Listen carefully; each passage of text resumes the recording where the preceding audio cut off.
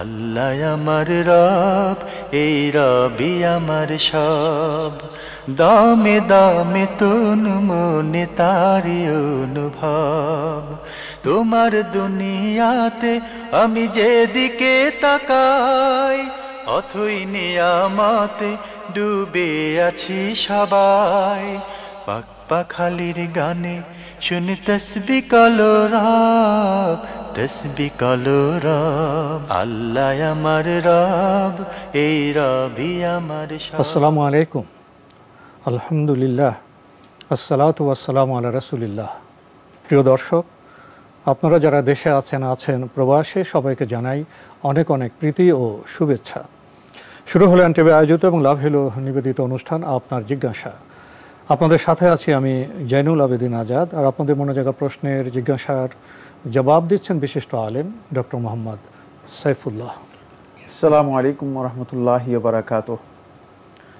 প্রিয় দর্শক, চলুন তাহলে জিজ্ঞাসার জগতে। শুরুতেই একটি ইমেল পাঠিয়েছেন মামুন রহমান, লিখেছেন, হজ করতে 7-8 লাখ টাকা লাগে, কিন্তু উমরা করতে 1.5 লাখ টাকা লাগে। এমত অবস্থায় আমার পক্ষে এত টাকা জোগাড় করে হজ করা সম্ভব নয়, তাই বলে কি আমি উমরাও করব না? ধন্যবাদ এই ভাইকে। প্রশ্ন করেছেন আপনি যে হজ করতে 7-8 লক্ষ টাকা লাগে আর উমরা করতে 1.5 লক্ষ টাকা লাগে, আমি হজ করার মতো সামর্থ্য রাখি না, তাহলে আমি উমরা করব কি না? হ্যাঁ, আপনি উমরা করতে পারবেন, উমরা করা নিষিদ্ধ নয়। আপনি যদি 1.5 লক্ষ টাকা খরচ করে উমরা করেন, আপনার জন্য উমরা করা নিষিদ্ধ নয়, কিন্তু আপনাকে উমরা করলে অবশ্যই হজ করতে হবে পরে, যেহেতু আপনার উপর হজ ফরজ হয়ে গিয়েছে। কারণ আল্লাহর ঘরে যাওয়ার সামর্থ্য যে ব্যক্তির হয়েছে তার উপর হজ ফরজ।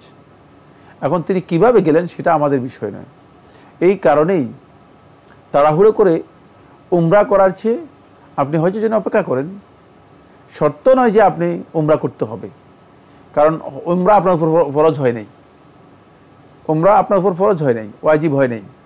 যেখানে হজ ওয়াজিব হবে না সেখানে উমরা ওয়াজিব হবে না, আর যেখানে হজ ওয়াজিব হবে সেখানে উমরা ওয়াজিব হবে। সুতরাং আপনি যে উমরাটা করবেন সেটা হচ্ছে নফল উমরা, কিন্তু নফল উমরা করার জন্য আপনাকে বলাও হয় নাই। নফল উমরা অতিরিক্ত, নফল উমরা আপনার জন্য অতিরিক্ত, যেহেতু আপনার কাছে এখন সামর্থ্য আছে কম। এই সামর্থ্যের উপর আপনি হজ করতে পারবেন না। আপনি আরও চেষ্টা করেন, যদি আপনার পক্ষে সম্ভব হয়, মানে আর্থিকভাবে আরও সচ্ছলতা লাভ করার, তাহলে সেটা চেষ্টা করুন হজ করার জন্য। তাহলে আপনি হজ যদি আপনার উপর ফরজ হয়, তাহলে আপনি হজও করবেন, উমরাও করবেন একসাথেই। কিন্তু যদি শুধুমাত্র উমরা করেন, খুব ভালো করে খেয়াল করতে হবে, শুধুমাত্র উমরা করেন, তাহলে উমরা তো আপনি আল্লাহর ঘরে পৌঁছে গিয়েছেন। ওয়ালিল্লাহি আলান নাসি হিজ্জুল বাইতি মান ইসতাতা ইলাইহি সাবিলা, যে আল্লাহর ঘরে পৌঁছে গিয়েছে তার উপর হজ ফরজ হয়ে গিয়েছে। সুতরাং আপনাকে তাহলে হজ করতে হবে। সে হজ আপনি তখন যদি করতে না পারেন, অন্য সময় আপনার উপর হজ ফরজ থাকবে, অন্যথা আপনি গুনাহগার হবেন। যেহেতু আপনি আল্লাহর ঘরে গিয়েছেন কিন্তু আল্লাহর ঘরের হজ পালন করেন নেই। এই জন্য খেয়াল রাখতে হবে যে নফল করার জন্য আমরা অস্থির হওয়ার কোনো কারণ নেই। কারণ যেটা আল্লাহ সুবহানাহু ওয়া তাআলা ফরজ করেন নেই, সেটা জোর করে নিজের উপর ফরজ করার কোনো বিধান নেই। যেমন আমার উপর যাকাত ফরজ হয় নাই, আমার কাছে সম্পদ নেই, তো আমি লোকদের থেকে ঋণ করে, আমার জন্য কি বৈধ হবে ঋণ করে টাকা জমিয়ে তারপরে আমি বলবো যে আমি আমার উপর যাকাত ফরজ করে নিয়েছি? দরকার নেই, দরকার নেই। ঠিক অনুরূপভাবে আপনিও একই আপনার উপর হজ এবং উমরা আপনার উপর ওয়াজিব হয়নি, যেহেতু আপনার কাছে টাকা নেই, সামর্থ্য নেই, সামর্থ্যের সাথে সম্পৃক্ত বিষয়। এখন এর জন্য আপনি অতিরিক্ত করার কোনো প্রয়োজন নেই, অতিরিক্ত করার কোনো প্রয়োজন নেই, আর নফল করার কোনো সুযোগ দরকার নেই আপনার। আপনি আল্লাহ তাআলার কাছে দোয়া করুন, হজ এবং উমরার জন্য আপনার আল্লাহ তাআলার কাছে দোয়া করুন যে আল্লাহ তাআলা তৌফিক দেন এবং করতে পারেন। খুবই গুরুত্বপূর্ণ বিষয়ে আমরা অবগত হলাম। প্রিয় দর্শক, আরও একটি ইমেল পাঠিয়েছেন আরিফুজ্জামান মিলন, লিখেছেন, জুমার দিনে বিশেষ কোনো আমল আছে কি? থাকলে বলবেন। ধন্যবাদ এই ভাইকে। জুমার দিনে অনেক বিশেষ আমল রয়েছে। আমরা এটা একটি ভিন্ন আলোচ্য বিষয়, একদিনের আলোচ্য বিষয় অথবা 2 দিনের আলোচ্য বিষয় আমরা একাধিক খুতবার মধ্যে আলোচনা করেছি। তবে একটি আমল বেশি গুরুত্বপূর্ণ, সেটা হচ্ছে রাসূলুল্লাহ সাল্লাল্লাহু আলাইহি ওয়াসাল্লাম হাদিসের মধ্যে ইরশাদ করেছেন যে ফাআকসিরু আলাইয়া ইয়াউমাল জুমআতি আস-সালাতা আলাইয়া, ফাআকসিরু সালাতা আলাইয়া ইয়াউমাল জুমআ, যে জুমার দিনে তোমরা অধিক পরিমাণে আমার উপর দরুদ পাঠ করো। জুমার দিনে অধিক পরিমাণে দরুদ পাঠ করা এটি সুন্নাহসম্মত অত্যন্ত গুরুত্বপূর্ণ আমল, এবং আমরা বেশি বেশি করে নবী সাল্লাল্লাহু আলাইহি ওয়াসাল্লামের উপর দরুদ পড়ব বা দরুদ পড়ার জন্য অন্যকে স্মরণ করে দিব। দরুদ ইব্রাহিমও পড়তে পারেন, অন্য কোনো দরুদও পড়তে পারেন। আল্লাহুম্মা সাল্লি ওয়া সাল্লিম আলা মুহাম্মদ ওয়া আলা আলিহি ওয়া আসহাবিহি ওয়া বারিক ওয়া সাল্লিম, এটাও পড়তে পারেন। এটা সংক্ষিপ্ত দরুদের মধ্যে একটি দরুদ। আর যেই কোনো ধরনের দরুদের আলফাজ যেগুলো সহিহ সনদ দ্বারা সাব্যস্ত হয়েছে সেগুলো পড়তে পারেন। দরুদের আলফাজ যেগুলো সাব্যস্ত হয়েছে সেগুলো পড়তে পারেন। তবে অধিক পরিমাণে দরুদ পড়া জুমার অন্যতম গুরুত্বপূর্ণ একটি আমল। আর একটি আমলও বলি, সেটা হচ্ছে জুমার দিনে সূরাতুল কাহফ জুমার দিনে তিলাওয়াত করা, এটাও সুন্নাহসম্মত আমল। এই দিনে যদি কেউ সূরাতুল কাহফ তিলাওয়াত করেন, আল্লাহ সুবহানাহু ওয়া তাআলা আগামী জুমা পর্যন্ত, সহিহ রাওয়ায়াতের মধ্যে এসেছে, এই রাওয়ায়াতটিকে শেখ আব্দুল আজিজ আবদুল্লাহ বিন বাজ রহমতুল্লাহ সহি বলেছেন, শেখ ইবনে উসাইমিন সহি বলেছেন, এবং জুমহুর আহলে হাদিস সহি বলেছেন, এবং এটা মামুল বিহি সালাফদের কাছ থেকে, সালাফদের আমল দ্বারা প্রমাণিত হয়েছে। সেটা হচ্ছে আল্লাহ সুবহানাহু ওয়া তাআলা পরবর্তী জুমা পর্যন্ত তার জন্য পুরা সময়টাকে আলোকিত করে দেন। আলোকিত করে দেন অর্থ কী? অর্থ হচ্ছে তিনি এই সময়ে মানে আল্লাহর পক্ষ থেকে এমন একটি সাহায্য লাভ করবেন যে সাহায্যের কারণে তিনি সব জিনিস স্পষ্ট দেখতে পাবেন, ভ্রষ্টতা, বিভ্রান্তি, ফিতনা, সমস্যা, সংকট থেকে নিজেকে জীবন খুবই সহজ হয়ে যাবে, বাঁচাতে পারবেন। জি, আমরা খুবই গুরুত্বপূর্ণ বিষয়ে অবগত হলাম। প্রিয় দর্শক, আরও একটি ইমেল পাঠিয়েছেন মোহাম্মদ গোলাম রাব্বি, লিখেছেন, শান্তিপূর্ণ বিক্ষোভ, প্রতিবাদ মিছিল, মানববন্ধন করা কি ইসলামে জায়েজ? ধন্যবাদ এই ভাইকে, গুরুত্বপূর্ণ একটি প্রশ্ন করেছেন। বিক্ষোভ, মানববন্ধন, প্রতিবাদ, বিক্ষোভ মানে ক্ষোভ প্রকাশ করা, মানে কোনো বিষয়ের উপর আপনি যখন ক্ষোভ এসে যায় আপনার, আপনি যখন ক্ষুব্ধ হন তখন তার বহিঃপ্রকাশ ঘটানোকে বিক্ষোভ বলা হয়। আর মানববন্ধন তো আমরা দেখেছি, মানববন্ধন হচ্ছে মানুষ দাঁড়িয়ে একটা প্রতিবাদ জানে থাকে। আর আরেকটা হচ্ছে প্রতিবাদ মিছিল। প্রথম কথা হচ্ছে ইসলামী রাষ্ট্রে এই ধরনের বিক্ষোভ, এই ধরনের মানববন্ধন বা প্রতিবাদ মিছিল ইসলামী রাষ্ট্রে বৈধ নয়। ইসলামী রাষ্ট্রে কেন বৈধ নয়? তার কারণ হচ্ছে ইসলামী রাষ্ট্রের মানে পদ্ধতি বা যে অবকাঠামো আছে, অবকাঠামোর মধ্যে সংশোধন পদ্ধতি ভিন্ন। সেখানে সংশোধন পদ্ধতি হচ্ছে নসিহতের মাধ্যমে, এই পদ্ধতিতে নয়। ফলে ইসলামী রাষ্ট্রে এ ধরনের বিক্ষোভ মিছিল করা, প্রতিবাদ মিছিল করা অথবা মানববন্ধন করা ইসলামী রাষ্ট্রে নিষিদ্ধ, ইসলামী রাষ্ট্রে জায়েজ নেই। যখন ইসলামী রাষ্ট্র প্রতিষ্ঠা হবে তখন মুসলিম, সত্যিকার যারা মুসলিম তারা এই কাজ করতে পারবে না, কারণ মুসলিমরা এই কাজ করার বিধান নেই। মানে এতে রাষ্ট্রের যে রাজনৈতিক সক্ষমতা আছে, রাষ্ট্র পরিচালনার যে বিষয় আছে সেগুলোতে প্রতিবন্ধকতা সৃষ্টি হবে, ব্যত্যয় ঘটবে। এই জন্য এটা ইসলাম নিষেধ করে দিয়েছে। আর দ্বিতীয় নম্বর যে বিষয়টি সেটা হলো, কিছু রাষ্ট্র আছে গণতান্ত্রিক রাষ্ট্র, গণতান্ত্রিক রাষ্ট্রে নাগরিকদেরকে বিভিন্ন বিষয়ে প্রতিবাদ করার সাংবিধানিক অধিকার দেওয়া আছে, রাষ্ট্রীয় অধিকার দেওয়া আছে। সেক্ষেত্রে যদি তারা সুশৃঙ্খল, কোনো ধরনের মানে হারাম বা নিষিদ্ধ কাজে যুক্ত না হয়ে, ভাঙচুর, অগ্নিসংযোগ, হত্যা ইত্যাদির সাথে যুক্ত না হয়, যদি শুধুমাত্র প্রতিবাদ করে, তাহলে এই প্রতিবাদ গণতান্ত্রিক রাষ্ট্রে বৈধ। কারণ গণতান্ত্রিক রাষ্ট্র রাষ্ট্রীয়ভাবেই সাংবিধানিক অধিকার বা নাগরিক অধিকার হিসেবে এটাকে চিহ্নিত করেছে। সুতরাং নাগরিক এই চিহ্নিত অধিকার যদি তিনি প্রতিবাদের মাধ্যমে প্রকাশ করেন, এটা তার জন্য হারাম বা নিষিদ্ধ নয়।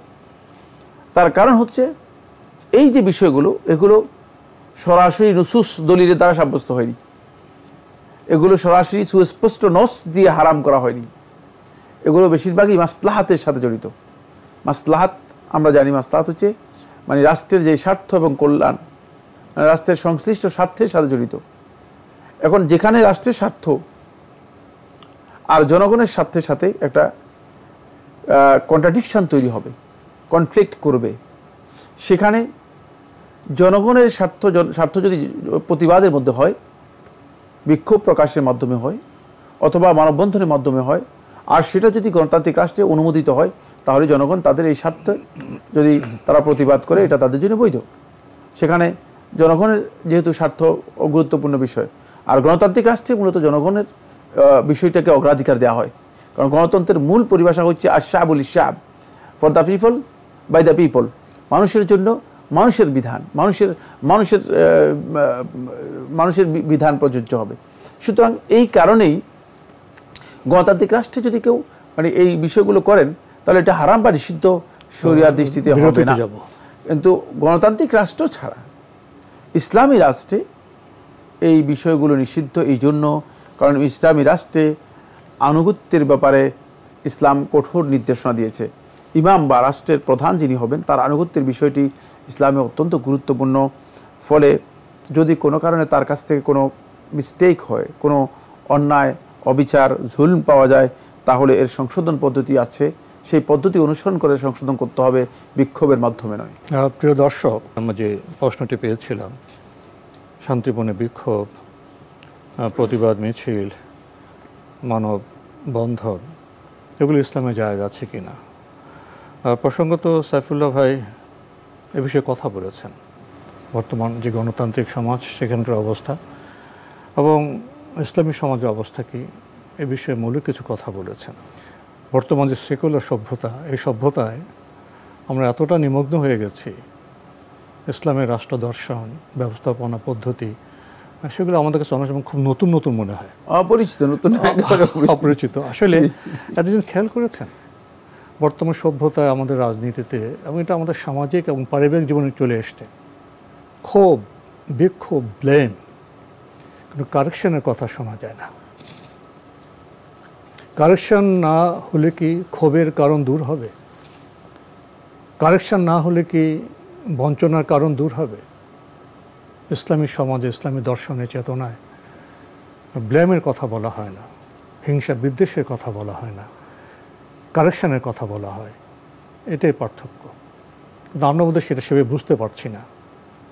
যে আপনি বললেন যে ব্লেম নয়, বিক্ষোভ নয়, কারেকশন, এটার সৌন্দর্য এবং এটার যে সমুন্নত একটি ভাব, মানবিক সমাজ, আরেকটু কি বলবেন, আরেকটু ব্যাখ্যা করবেন? এখানে রাসূলুল্লাহ সাল্লাল্লাহু আলাইহি ওয়াসাল্লাম স্পষ্ট করে জানিয়ে দিয়ে গেছেন এবং হাদিস রয়েছে সহিহ মুসলিমের মধ্যে, আবু রুকাইয়া তামিম ইবনে দাউস আদ-দারি রাদিয়াল্লাহু তাআলা বর্ণনা করেন, তিনি বলেন, আদ-দীনু নাসিহা, আদ-দীনু নাসিহা, আদ-দীনু নাসিহা, দিনটা হচ্ছে নাসিহাত, দিন হচ্ছে নাসিহাত, নাসিহাত হচ্ছে অন্যের কল্যাণ কামনা করা। কিলা লিমান ইয়া রাসূলুল্লাহ, প্রশ্ন করা হলো, আল্লাহ রাসূল সাল্লাল্লাহু আলাইহি ওয়াসাল্লাম কার জন্য? তখন রাসূলুল্লাহ সাল্লাল্লাহু আলাইহি ওয়াসাল্লাম বললেন, লিল্লাহি, আল্লাহর জন্য। নসিহত আল্লাহর জন্য আপনাকে করতে হবে, জানতে হবে নসিহত আল্লাহর জন্য কি। ওয়ালি রাসূলিহি, রাসূলের জন্য। তারপরে ওয়ালি আম্মাতিল মুসলিমিন, ওয়ালি কিতাবি, কিতাবের জন্য। ওয়ালি আম্মাতিল মুসলিমিন, সমস্ত মুসলিমদের জন্য। ওয়ালি আইম্মাতিহি, মুসলিম শাসকদের জন্য। এখানে এই 5 নম্বরে এসে মুসলিম শাসকদের কথা বলা হয়েছে। মুসলিম শাসকদের জন্য নসিহতের পদ্ধতি কি সেটা জানতে হবে। ইসলাম এই বিষয়গুলো খুবই ক্লিয়ার স্বচ্ছ করে দিয়েছে। মুসলিম শাসকদেরকে আপনি কিভাবে সংশোধন করবেন, সংশোধন করার পদ্ধতি কি হবে, এবং ইসলাম এক্ষেত্রে যে দর্শন দিয়েছে, ইসলামী রাষ্ট্রের যেই রাষ্ট্রনীতি রয়েছে, রাষ্ট্রের যে অবকাঠামো রয়েছে, সে অবকাঠামোর মধ্যে যারা থাকবে তারা মানে মুসলিম শাসককে অবশ্যই যদি ইসলামের কোনো বিধানকে লঙ্ঘন করে, সেখানে তাদের এতটুকু ক্ষমতা থাকবে যে তারা তাকে সংশোধন করে দিবে, বলবে যে এটা ইসলাম অনুমোদন দেয় না, সুতরাং এই কাজ আপনার জন্য বৈধ নয়।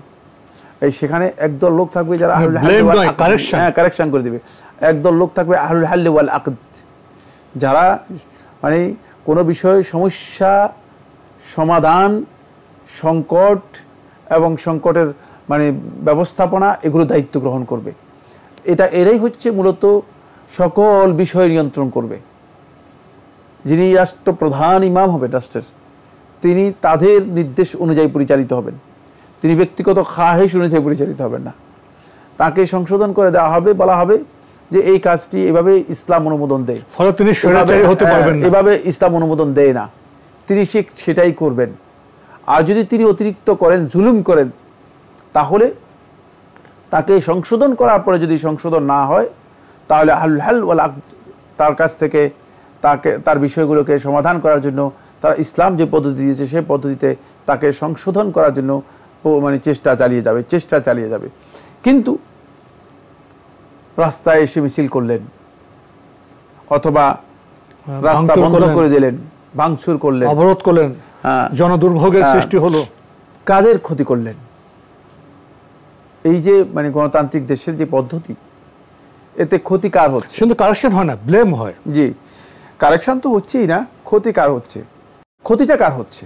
কারেকশন তো হচ্ছেই না, ক্ষতিটা কার হচ্ছে? এটা খুবই গুরুত্বপূর্ণ বিষয়। আমরা দেখি যে সাধারণ পাবলিকের ক্ষতি হচ্ছে, জনগণ বিপদগ্রস্ত হচ্ছেন, বরং এর মাধ্যমে অত্যাচারের মাত্রা বেড়ে যাচ্ছে। জুলুম যে পর্যায়ে ছিল সেই পর্যায়ে আরো বেড়ে যাচ্ছে, হিংসার মাত্রা বেড়ে যাচ্ছে। লোকদের মধ্যে মানে পরস্পরের প্রতি যে শ্রদ্ধার কথা ছিল সেটা নাই, বরং পরস্পর ঘৃণা, অবজ্ঞা এগুলো এত বেড়ে যাচ্ছে যে সেখানে ইসলামী ভ্রাতৃত্বের নামগন্ধও থাকছে না। এই কাজটুকু মূলত ইসলাম এভাবে অনুমোদন দেয় না। এই কারণে যে তাহলে শাসকের সাথে জনগণের যে সম্পর্ক, এই সম্পর্ক বিচ্ছিন্ন হয়ে যাবে। শাসকের সাথে জনগণের সম্পর্ক হতে হবে নিবিড়। এই কারণেই যতক্ষণ পর্যন্ত জাস্টিস ঠিক থাকবে, আদালত ঠিক থাকবে, ন্যায় নিষ্ঠা, ন্যায়পরায়ণতা ঠিক থাকবে, ততক্ষণ পর্যন্ত আপনি দেখবেন যে শাসকদের সাথে যারা জনগণ আছে, পাবলিক আছে, তাদের সম্পর্ক খুব নিবিড় সম্পর্ক থাকবে। আপনারা দেখেছি ইসলামের ইতিহাস থেকে যদি আমরা ভালো করে খেয়াল করে দেখব যে ওমরুল খাত্তাব রাদিয়াল্লাহু তাআলার সময় ওমর রাদিয়াল্লাহু তাআলা আনহু খেজুর গাছের নিচে, আপনারা জানেন যে খেজুর গাছের নিচে শুয়ে ঘুমিয়ে যেতেন। কোনো হাজিব ছিল না। হাজিব হচ্ছে রক্ষক, মানে বডিগার্ড, প্রতিরক্ষার জন্য বডিগার্ড নেই, গানম্যান তো দূরের কথা, বডিগার্ড নেই। কিন্তু এখন যখন শাসকরা যায় তখন আমরা দেখি যে আশেপাশে মিলিয়ে শুধু বডিগার্ড নয়, আগে বেশি অনেক গাড়ি, হাজার হাজার মানুষ গাড়ি নিয়ে যাচ্ছে। সাধারণ জনতাকে দাঁড়িয়ে থাকতে হয়। মানুষ মনে করে যে মনে হয় এমন কোন অপরাধী যাচ্ছে যে যাকে অনেক বেশি লোক দিয়ে নিয়ে যাওয়া হচ্ছে। তার কারণ কি? কারণ হচ্ছে ওই ন্যায়নিষ্ঠা উঠে যাচ্ছে। এটা এই কারণেই উঠে যাচ্ছে যেহেতু শাসকদের থেকে যারা জনগণ আছে তাদের দূরত্ব অনেক বেশি হয়ে গিয়েছে।